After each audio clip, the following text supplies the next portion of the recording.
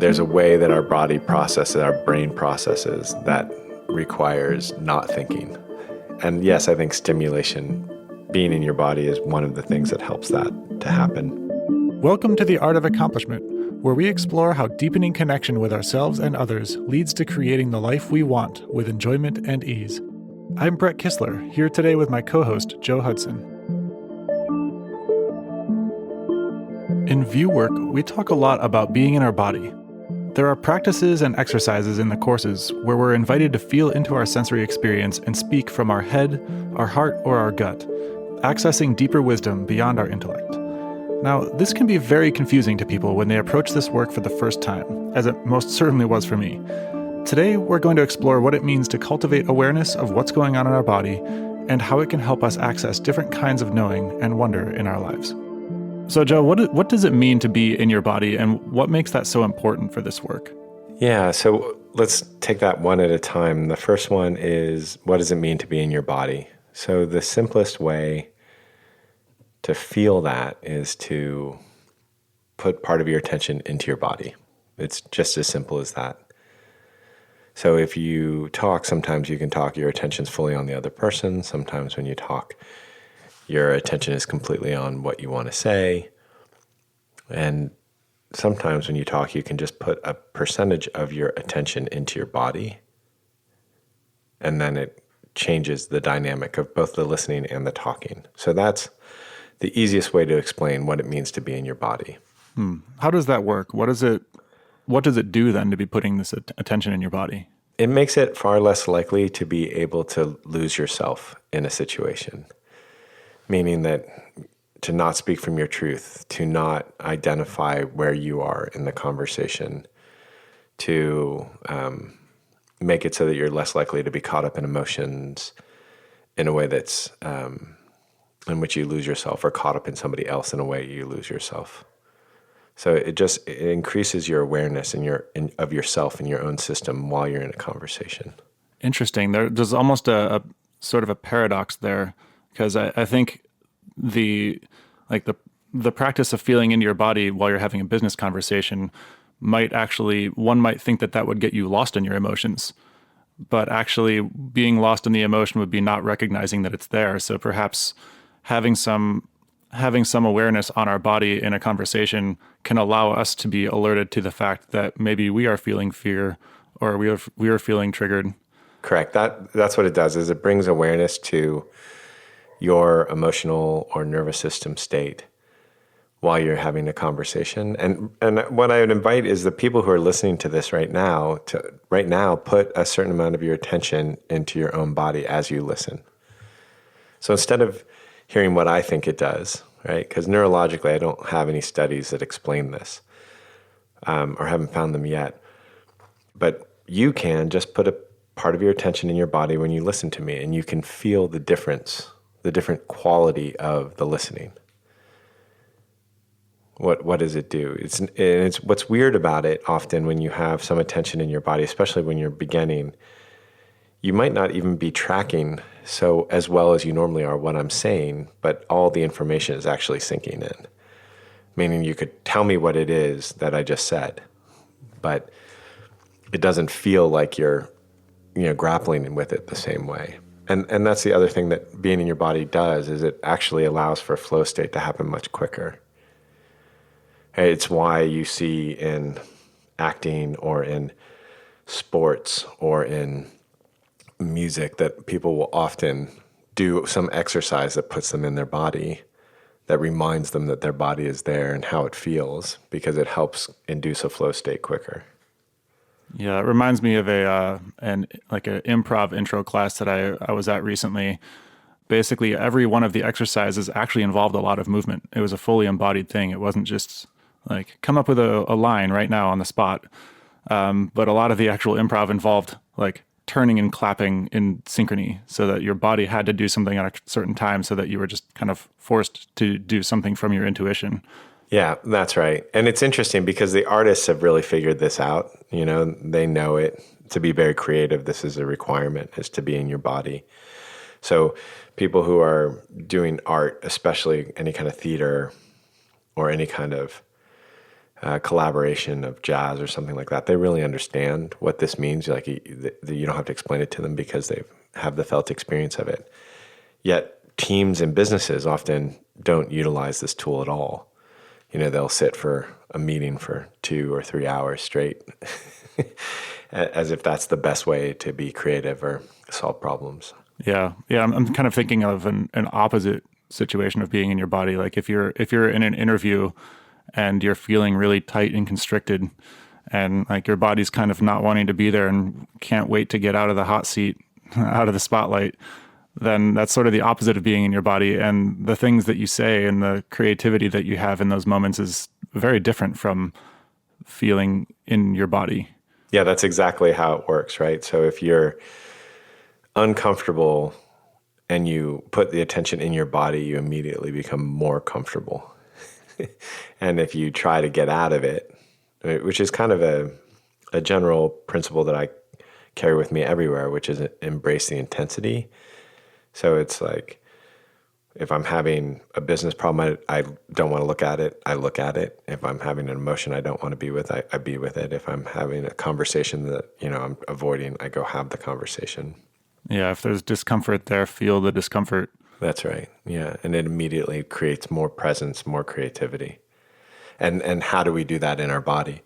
And that's when I'm saying, hey, speak from your body, that's what I'm speaking to. Or speak from the silence. I'll say something like that too. And I'll speak. It's just such a hard thing to put into words, but you literally get in touch with the silence. Right now you can get in touch with the silence in yourself. There is my voice, and that's taking a certain amount of frequency, but there's a whole bunch of frequency that's silent. So if you pay attention to that silence, or if you pay attention to the silence between what I'm saying. Yeah, as I'm doing that, I'm having this kind of an interesting experience where I'm going into feeling into my body to think, or to think. See, that's interesting pattern there. But to feel into what I might say next. And I expect there to be silence because it's like the patterning is my body's not a part of this conversation. It's just sitting in a chair and I'm talking. I'm a part of this conversation. My brain is a part of this conversation. So as I feel into the body, there's like an expectation of silence. But what I actually feel is that there is something going on in there. There's a little bit of agitation, like, oh, say something. We're recording. Make sure it's good, And like that's present all the time. But for me to feel in and like be with that gives me more access to what it is that I actually want to say.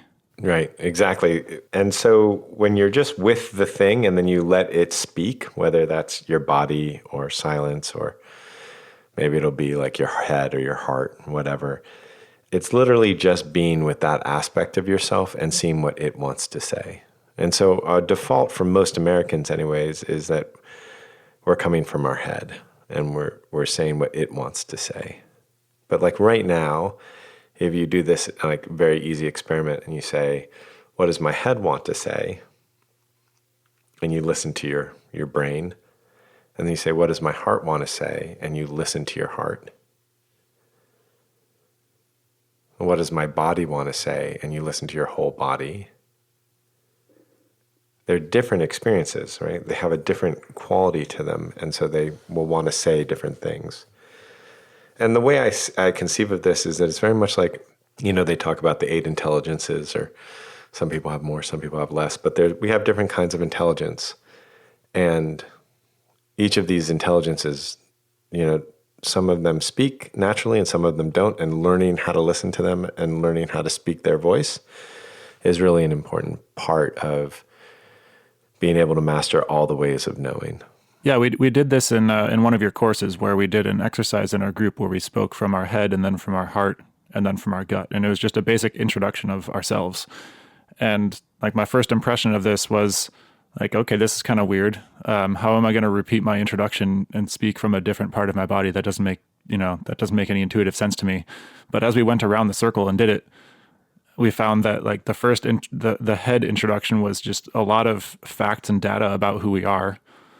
And then speaking from the heart, simply from that instruction, speak from the heart. It resulted in a lot more about who we are as people as an introduction. And then speaking from the gut, it really just resulted in a lot more about how we actually feel right now. Like, are we nervous? Are we scared? Are we hungry? And each of those different levels being present in a conversation is a lot more information. And somebody could be listening to the facts and data about what you think you want in a conversation, but they're just not necessarily going to feel you as much as if they really understand if they're really hearing what your needs are as a person. Right. Yeah. And not only can you speak from them, you can listen from them. So as I'm talking right now, the person who's listening to this podcast can listen from their head and, see what I'm saying, try to understand it, decide whether you think it's a good idea or a bad idea that I'm speaking about. Or you can listen from your heart. And what is that experience if you're listening from your heart? It has a different quality to it. There's less of a yes or no to it. There's less of a binary nature to it. It doesn't mean that you believe everything that I'm saying, but it doesn't mean you don't either. It's like the idea of judging something to be right or wrong is far less important to the heart. And when you're listening from that place, or you can listen from your gut. And some people just naturally listen from one of these places. Most people in America, their head, but there are some people who are very much operating from their gut all the time. And it can be incredibly successful. I mean, I know very successful business people who operate from their gut all the time. And I know very successful business people who operate from their head all the time. And it's awesome because oftentimes in this whole world, there's like a better to act from your gut, better to act from your head, better to act from your heart. People have all these judgments and they're all part of the same system, right? Essentially, they're the same thing, but it's useful to make distinction so that we can learn them, so that we can incorporate and integrate, so we can see them all as one thing. Right. And we do have a lot of this encoded into our culture. We say, like, listen to your heart and, go with your gut, or what my gut instinct says, or I have a gut feeling about this. So we do have like some of this encoded in our American culture, but a lot of it just seems to have become counterintuitive for many of us, where we are more focused on the head and more focused on the logic-y answer and explanation.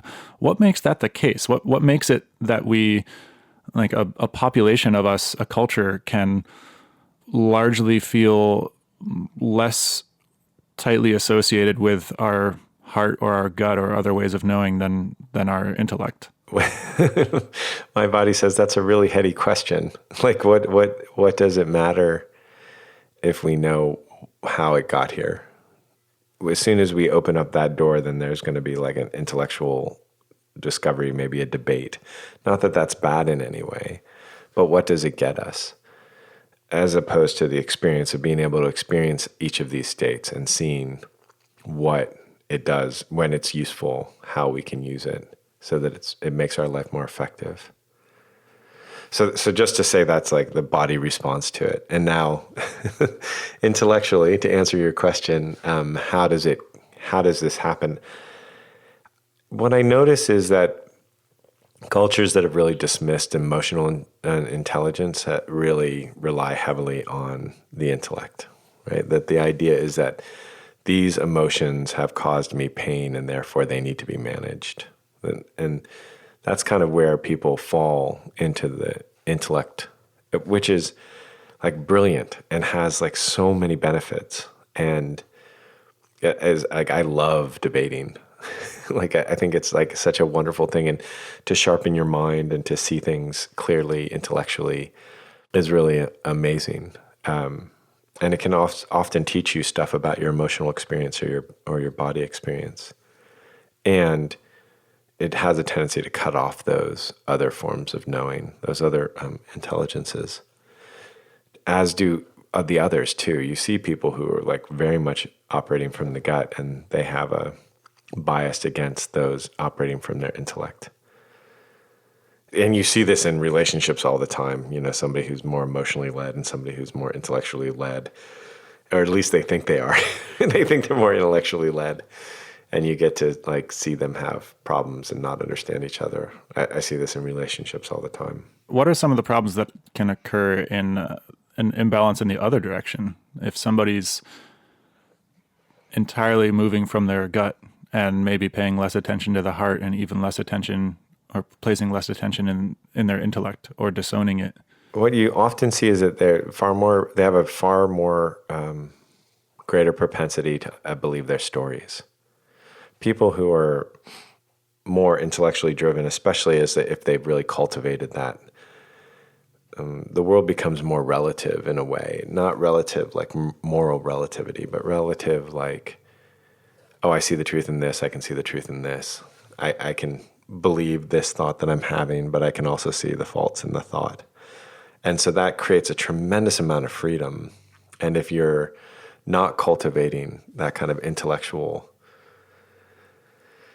peacefulness, really is what it amounts to, then your gut can take you into stories and you can believe them, and then they can drive you. It's kind of the same exact way that you see it with head people, right? So people who are more propensity for head, they have emotions, but they don't think they do. They're driving them, but they can't recognize it, right? They'll have an intellectual debate. You'll see them get angry, but they don't think that there's any kind of emotional thing that's creating that.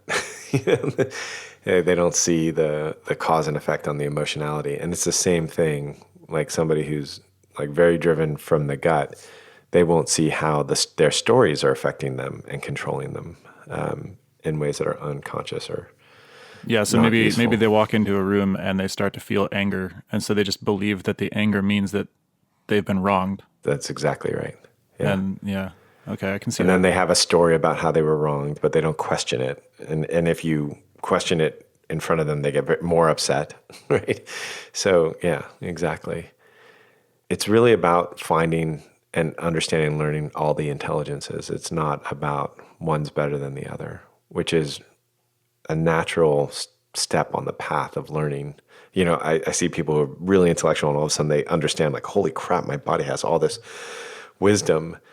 And they start using the body wisdom, and then the body becomes the irrevocable truth and direct connection to God and intelligence and wisdom, which is not true either. The body can get confused as well, or the heart does, and the heart can get confused as well. So it's really about being able to listen to all three of them. That gives you a lot more clarity. Yeah, one of my favorite things that you've ever said to me when I had a question around this topic was the body lies just as much as the mind. Yeah. And that's really fascinating to me because these different ways of understanding and knowing in the world all of them are being fed by imperfect data from the world around us that is biased based on our own experience. And there's no gut knowing in us that has experienced the totality of human experience and knows everything. But each of these different ways has its own, is optimized for different things. And if we fluidly recognize and work with all of them, then we are best able to navigate a changing world. When I said to you it's a lie, I'm not saying that's not true, but I think that might be a little bit confusing for people who are listening. So I like to describe it like if I take a picture of you and then I walk 2 feet to the right and take another picture of you, both of those pictures are true. Right? They're actually moments in time that are there, but they're both lies because they're going to capture different things. Like they're not going to be the entirety of the truth. Right. And so it's the same thing. It's like there's moments where our thoughts are capturing a small percentage of the truth or a large percentage of the truth, but it's never capturing all the truth. And it's the same with the body. And this is the really uncomfortable piece, is that, you know, we are limited to the capacity of our senses and our mind. There are things that we will never be able to understand because of that, because our minds and our senses are limited. You know, we cannot understand, for instance, there's some like little itty bitty or shrimp thing, but it's not a shrimp. I think it's called a mantis shrimp, but it's not actually a shrimp or something. And it has like 12 color spectrum instead of the 3 red, green, and blue strip spectrum. Like it sees things that we can never possibly ever imagine. Right. And so we're never going to have an understanding like that, the mantis shrimp or a dog for that matter. Right? They will never understand things that we can understand. And I think that's what makes people really uncomfortable is the truth of the fact that we don't know. We can't know. It doesn't mean that we don't know what's right for us right now. It doesn't make life purposeless. It's just the humility of the fact that there is always going to be a mystery. Right. And that notion of operating on like our limited senses is interesting and another branching off point for this discussion, because something that I and many other people have experienced doing this work is that over time, like I've noticed that my sensory experience has actually become richer. I'm able to feel more subtle tactile sensation, and particularly socially, if I'm with people and I'm placing awareness on my body, I will be able to notice something going on in them. Like our social nervous systems have some kind of communication that I wouldn't be picking up if I just parsed the words they said. And so there actually is like cultivating this like heart and this gut and this connection to the body simply by placing awareness on the body, I've been finding has been increasing my sensory awareness of actual relevant communication with other people and my environment. What do you make of that? So when I was in my 20s, I made an album, I guess a CD, some digital music thing. And at the beginning of that, the way I listened to music was so different than at the end of that experience. When you dig into a bass line for 3 hours, you will never listen to a bass line the same way again, right? So a studio engineer listens to music in a way that I will never listen to music. And you, because of your bass jumping experience, like feel wind in a way that I can never feel wind. And unless I put a lot of attention and time into it, or, it's the same thing like with people who live in ice, all the time, they have like 70 words for ice and we have whatever it is, 3 or 4. Right. So there's a sensitivity that comes whenever you start putting your attention into something. And it can seem like magic to people. When people see me do my one-on-one work, oftentimes they think it's magic. And all it is just years and years and years of cultivating the awareness in myself and then extrapolating and seeing those patterns in other people. And so, yeah, things happen and the field of vision will change, or the way we feel things will change, the tactile nature of it. And oftentimes it becomes more enjoyable and a little more overwhelming, in waves. It's like, oh, that's a little, okay, now it's enjoyable over time. But then it can go deeper into that too. It can go into really feeling like being in touch with, say, your mirror neurons or your social nervous system, and start being in touch with other people. And it can look like magic the same way it looks like magic when, the group of indigenous people go up into the hills before the tidal wave, like they know it's coming because they've adapted to listening to nature for every day, decades and decades and decades, whereas like we take a walk in the woods. Right. Or the experienced firefighter that suddenly just has this intuition that everybody needs to get out before the floor collapses. Correct. Yeah. There's a lot of research on this, and Blink by Malcolm Gladwell it talks a lot about pattern recognition and intuition and how that happens in the brain. And the neuroscience is getting more and more developed on it. Yeah. I mean, ultimately, whatever there is to say about the neuroscience, just the way the nervous system works is that whatever patterns you are paying attention to and tuned to are going to be the ones that become processed in more fine detail. That's right. And so as we learn to listen to our bodies, as we learn to listen to our hearts, like it's amazing. Like if I'm coaching a CEO who was an athlete, I'll use the body metaphor all the time because they get it. And if I'm talking to a CEO who's had like a really healthy Christian background, I'll speak to the heart a lot because they really get it. It's like that's been cultivated for years and years and years. And the trick is to really cultivate all of them in a way that they can start integrating and see that they're really the same thing. Yeah, that was an important part of my journey in this work. For myself, I had come from like a strong athletic background where I had been, working with flow in my body for years, but socially and in business, I still had this like constriction where I would frequently just get up into my head and then try to like create an intellectual path forward through everything.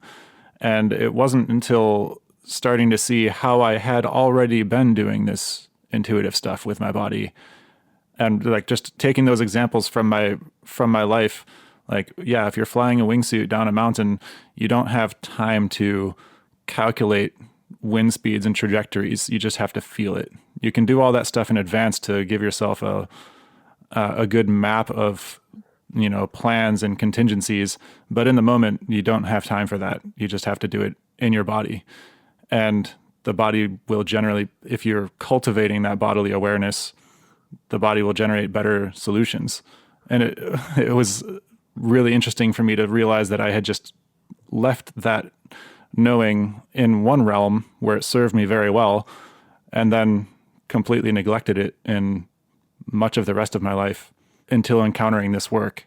Yeah, what's interesting is that when oftentimes people understand it, and then they'll say, okay, I'm just going to use that body intelligence for when the chips are down, when I have to act fast, right? When I can't calculate. And I think there's some intelligence to that. I mean, obviously that's the best time to use that kind of intelligence. But there's a space for that same body intelligence, even when you have lots of time, even when you can calculate all the data. You see this happen all the time where like people can spend months calculating all the data to make a decision. And if they get in connection with the rest of their being, not just the intellect, that decision can be made far better and more effective. And you can see that all the time. So it's most acute when you're doing something like playing jazz or skydiving or in a clutch shooting a three-pointer. But it is a useful thing to be in every conversation.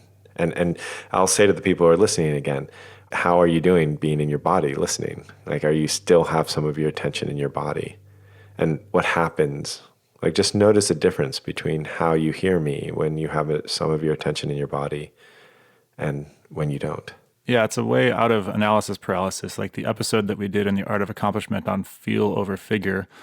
Like in a business context, there can be many decisions where if you just keep researching for more facts and data to make your decision, depending on where you look, you'll keep finding more evidence for or more evidence against or more evidence that you don't know what you're doing so that you determine you need more evidence. And you could do that ad infinitum and then just be stuck in that logic.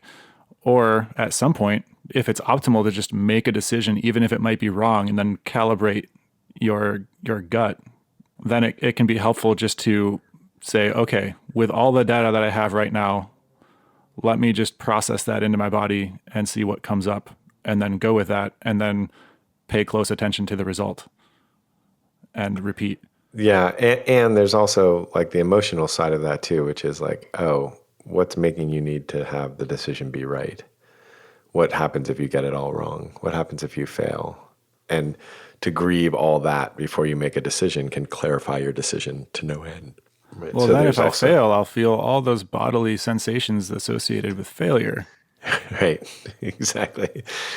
Right. So go feel those in advance and then you'll make a clear decision. I mean, that's the thing is that, we know through neuroscience that as much as you can know that we make decisions emotionally. Like if you take the emotional center out of a person's brain, I think we've discussed this before. People make decisions, cease to make decisions. It takes them half an hour to decide what color pen to use or 4 hours to decide where to have lunch. Simple decisions can't be made. We're using our intellect to try to figure out how to get into the emotional state we want to get into. That's what the intellect is, I'm trying to figure out the right way to win. Okay, well, what makes you want to win? Because then I'll be safe. What makes you want to be safe? It becomes obvious that it's an emotional decision very quickly. The emotion sets the priority, and then the intellect goes towards figuring out how to achieve that priority, and feeling into the emotion and feeling into the bodily sensation pattern of that emotion, and even beneath that emotion, allows us to have more access to that context from which our intellect can serve us. It's a simple thing of just having access to all of it and incorporating all of it. It also just makes you happier. It makes you much happier to not be in the intellect or in the heart or in the gut all the time. Yeah, well, we have talked about this on a previous episode, so maybe we can give this a different twist now. How can we, in an organization, cultivate practices, for example, in meetings, that cultivate people paying attention to their bodies and these different forms of intelligence within a work context? How can you create that in a culture and make space for that in a way that feels welcoming and not, esoteric and confusing?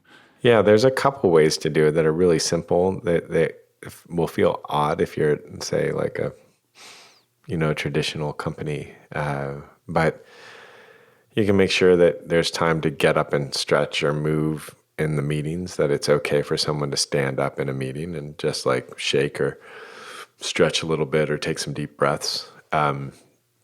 There's a company that I know that they have like a signal. I think it's like a bell or something in all of their meeting rooms. And when that bell gets hit, there's just like a moment of silence for everybody to just check in with their bodies, to just be present. I think that's what they call it. They don't say be in your body, but I think the way they use it is like just get in touch with what's happening right here and now. Yeah, it seems like a good pattern to interrupt for when people start going down an intellectual debate rabbit hole that might be off topic or things get heated, and it might be a good opportunity for people to check in and see how they're actually feeling so they're not just responding from a pattern. Yeah. Yeah. I sat on a board where we would do meditation at the beginning of all the board meetings. That was like 5 minutes of meditation. That was one that was an interesting way to incorporate a different way.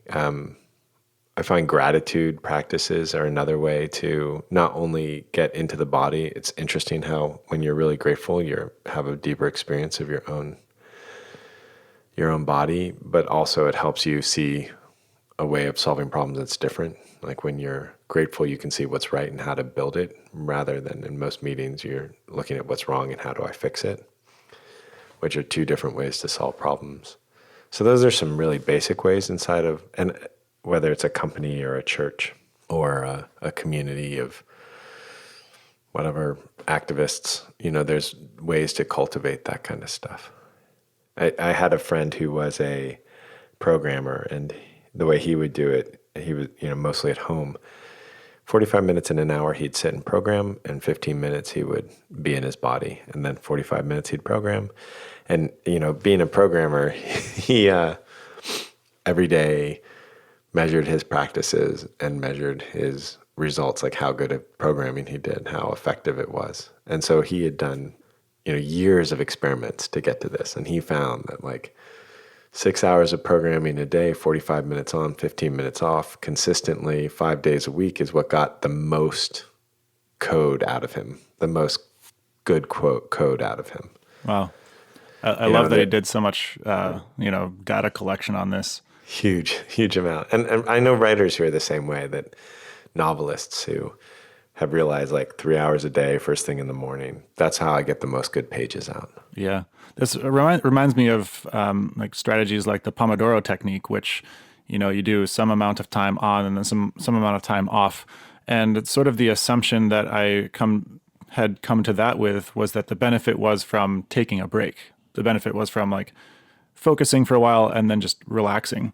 But this is a kind of a different twist on it, that, perhaps what are you actually doing in that period when you're relaxing? You're probably getting up from your chair, wandering around, making yourself a drink or something. And, a lot of times like thoughts come to us in the shower, which is a moment where we are having a lot of sensory information coming in from our body and like pulling us out of our minds. Like maybe I wonder how correlated that is, just having a lot of sensation bringing us out of the small world of our, like the detailed world of our logic and intellect, and into a more complex intuition. Jumping in the ocean being one of those things. Yeah.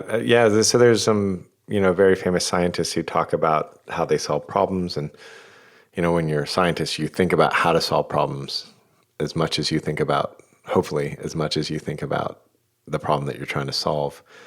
And one of them who won a Nobel Prize, I can't remember his name, but he would say, I'd think about the problem, I would get into it, I'd like, and if I couldn't solve it, I would tell myself it's no longer okay for you to think about this problem until the solution presents itself in whole.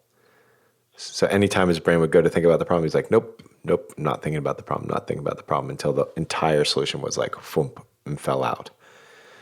And I think it's the same thing, which is there's a way that our body processes, our brain processes that requires not thinking. And yes, I think stimulation, being in your body is one of the things that helps that to happen. A break is one of the things that helps that to happen. I've come to think of like emotions and physical sensation as sort of a doorway to the subconscious. Like if you have a problem and it's a salient enough problem for you, your subconscious is going to be processing it, whether or not you are actively doing so. It's just that when you're using your intellect, you're taking this problem space and then collapsing it down to a particular logical structure that fits in, the 4 things you can hold in working memory at a time, like these 4 chunks. There's some research behind that. And sometimes that's just not enough complexity to be able to solve a problem, and just letting it go and remain background processing in the subconscious. I feel like that's very tightly related to what we've been talking about with the body's wisdom and the body's knowledge. The reason I call it the body's knowledge or the heart or the head is because they're just good pointers, right? I mean, I don't think our intellect just operates in our brain, and I don't think our love just operates in our heart, and I don't think that our emotions just operate in the gut. It's like they're just the good pointers, and so I think it's just really important to see it all as one. At one level, just see that it's all just our intelligence. It's the whole system, and all of them are really useful and good pointers. Yeah, ultimately, it's our whole system that is making decisions. It's our whole system that is taking in information and processing it. And the more we feel into and acquaint ourselves and connect to our entire system, the more of our capacity we have access to navigate the world.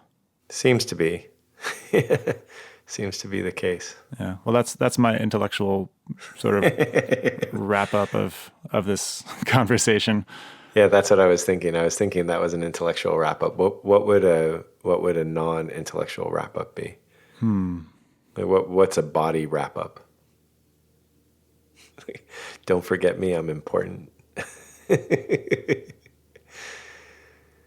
The body is either like worshipped in some way or it's like set aside, right? It's like this burden thing that I have to carry along that's one day going to kill me.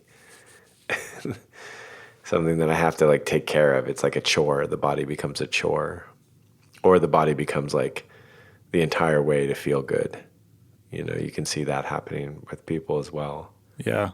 Feeling into myself to like close the episode from my body, I'm feeling just more open in the wonder and in the question. And like the desire is to invite myself and all of our listeners to stay with this, whatever feeling in the body this episode has brought up, to stay with it and be in the wonder and see what happens. And how about from the heart? What would the heart? How would the heart want to close this episode? First thing that comes up is gratitude. Gratitude to be able to have these conversations and to be able to share them, and gratitude for feedback. There's a deep wanting to feel how this conversation and our other conversations lands in people. Right. Yeah. So it's like a desire for connection and gratitude. It's not even a desire for as much as an acknowledgement of. Yeah, it's an acknowledgement of, and that definitely puts me in a different place. It's definitely a more open place where, if I were to walk away from this conversation straight to one of our listeners, I feel like I'd be a lot more curious about their experience. than immediately after my intellectual wrap up, which would have been like, well, what do you think? Was it right? Was it wrong? Yeah, I remember hearing that from like Oprah Winfrey, and she said like it doesn't matter who it was, presidents or the number one thing that people, I think she might have even said everybody does, is look over and says, was I good? Did that work? Or like looking to see if it had worked out. Yes, no, based on a certain criteria. Yeah, and what I notice is that like if we're ending in our heart, that question doesn't arise. Yeah. The question arises like, what's happening for you arises. Yeah, it's an interesting. And so how about if they're all together? What if it's like the gut, the emotional aspect, the head and the heart, body are all in it? Yeah, from everything, it's just thank you everybody for listening. Thank you, Joe, for this conversation. I am really looking forward to hearing how this episode landed in people. So reach out and speak to us from your heart and from your gut and from your head. Thanks for listening to The Art of Accomplishment. If you enjoyed what you heard today, please subscribe and rate us in your podcast app. We'd love your feedback, so feel free to send us questions or comments. You can reach out to us, join our newsletter, or check out our courses at artofaccomplishment.com.